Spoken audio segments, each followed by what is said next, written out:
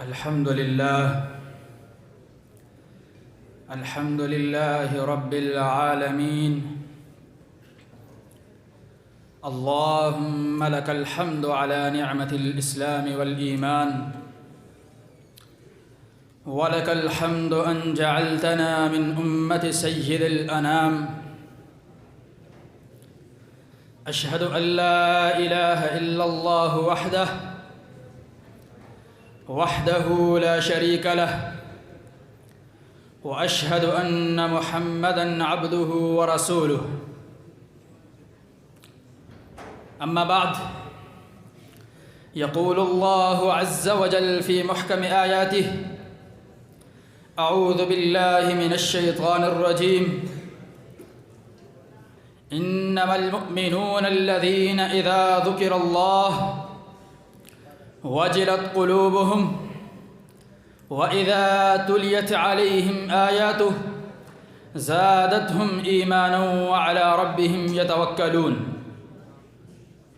أحبتي في الله، يظن بعض الناس أنه إذا شعر بحالة من الوجد والنشوة وأحس بالسعادة بسبب عمل ما، فإن هذا دليل على قوة إيمانه وصدقه وصفاء نفسه وسمو روحه، لأنه يشعر بلذة ونشوة قد لا يجدها في وقت آخر. وهذا الفهم فهم خاطئ، فهناك وجد إيماني صادق، وهناك أيضا وجد شيطاني كاذب. فهناك وجد مشروع ووجد محرم ممنوع. فالوجد الإيماني الصادق دليل على صدق الإيمان وصحة الطريق في السير إلى الملك الديان. وأما الوجد الشيطاني الكاذب فهو من تلبيس إبليس ودليل على البعد عن طريق الرحمن. فأما حالة الوجد الإيماني الصادق فهي مشاعر تغمر القلب وأحاسيس يجدها المؤمن حين تصفو نفسه ويرق قلبه متأثرا بتدبر آية من القرآن أو دعاء صادر من القلب والجنان، أو متأثرا بمعنى من أحاديث خير الأنام، أو متفكرا في عظمة الرحمن، أو متأملا في قدرة الديان. يقول الله عز وجل: الله نزل أحسن الحديث كتابا متشابها مثانية تقشعر منه جلود الذين يخشون ربهم ثم تلين جلودهم وقلوبهم إلى ذكر الله، ذلك هدى الله يهدي به من يشاء. فالقلب إذا انصرف عن الدنيا والتفت إلى الله عز وجل فمن ثمار ذلك حب الله ومحبة طاعته والأنس به والشعور بالوجد والانبساط حال خلوته بربه. ففي الدين الإسلامي مشاعر مسعدة، وهذه المشاعر المسعدة هي بمثابة المحرك في طريق الإيمان. فإذا ضعفت أو تلاشت هذه المشاعر أصبح الدين ثقافة ومعلومات وأفكارا ومناقشات، كل ذلك بدون أحاسيس. فالوجد الإيماني الصادق أن تقرأ القرآن فتحس بسعادة، أو تذكر الله عز وجل فتحس بسعادة، أو تدعو الله دعاء صادقا حقيقيا في السجود فتحس بسعادة، وهكذا. فالعبد المؤمن إذا اتصل بالله عز وجل من خلال استقامته على أمر الله ومن خلال أعماله الطيبة، حينها يذوق طعم الإيمان ويذوق حلاوة الإيمان ويرى أنه ليس على سطح الأرض من هو أسعد منه.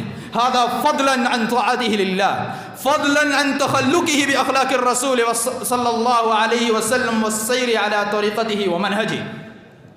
أيها المسلمون، ومما يعين المسلم على الشعور بالوجد والانبساط طرق وأسباب، منها الرؤية، السمع، التفكر.